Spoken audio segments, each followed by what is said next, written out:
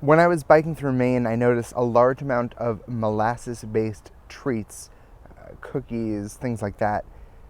This only stuck out in my mind, I think, because growing up in New York or around New York, there wasn't a lot of molasses anywhere. I mean, we just weren't consuming it. So I thought it would be worth an exploration. We'd cover it on today's What's This Food?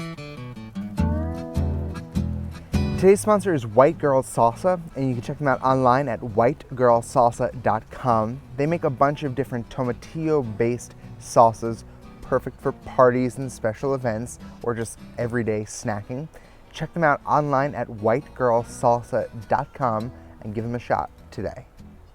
All right, so we are talking about molasses. Now, molasses is a thick, dark, syrupy product that is the byproduct of making refined sugar. So how did molasses come to be? Well, during the 16 and 1700s, molasses was being exported from the West Indies to the United States because it was a key ingredient in making rum. It was part of the rum trade. And even though our country was divided at that time, north and south, molasses was a break-all. It made its way into the cuisines of both the Northerners and the Southerners. It was really a ubiquitous sweet. The Northerners were adding molasses to things like, baked beans, barbecue sauces, and even in corn chowder, while in the South it was constantly being put into cornmeal mush as well as shoe-fly pie. Both groups were putting it into baked goods like cookies, gingerbread, and puddings. So you're asking yourself why? Why bother using this as opposed to sugar? The answer, super simple: price. At its time, molasses was way less expensive than refined sugar. In fact, for a long period of time, molasses was the #1 sweetener in America. So how is molasses made? Well, it's a really simple process that through science has gotten more and more technical, but the fundamentals are all the same. It starts off with sugarcane or sugar beets. The sugary liquid is extracted from the cane and it's put into a big vat where it cooks. The cooking process is done in 3 cycles, and in between each cycle, the black residual is separated from the sugar crystal. The sugar crystal is then dried or removed through a centrifuge, and that's what we get refined sugar from. The leftover part, this darker portion, is molasses.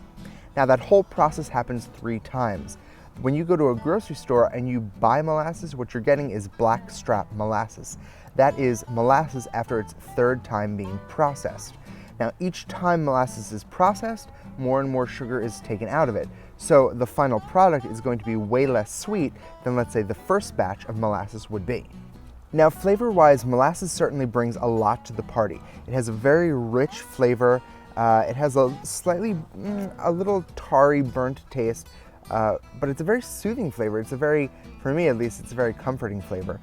We're going to make simple molasses cookies because I think that's a really great way to actually have the molasses shine. So here we go.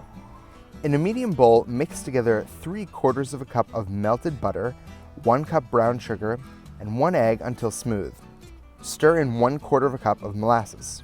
In a separate bowl, combine 2 cups of flour, 2 teaspoons baking soda, 1 teaspoon cinnamon, 1 teaspoon clove, 1 teaspoon ground ginger, and 1 teaspoon salt. Blend this into the molasses mixture. Chill the dough for about an hour and then preheat your oven to 375 degrees. Now roll the dough into walnut-sized balls and roll them into some white sugar. Place the cookies 2 inches apart onto an ungreased baking sheet. Bake for about 8 to 10 minutes in a preheated oven until the tops start to crack. Cool and enjoy.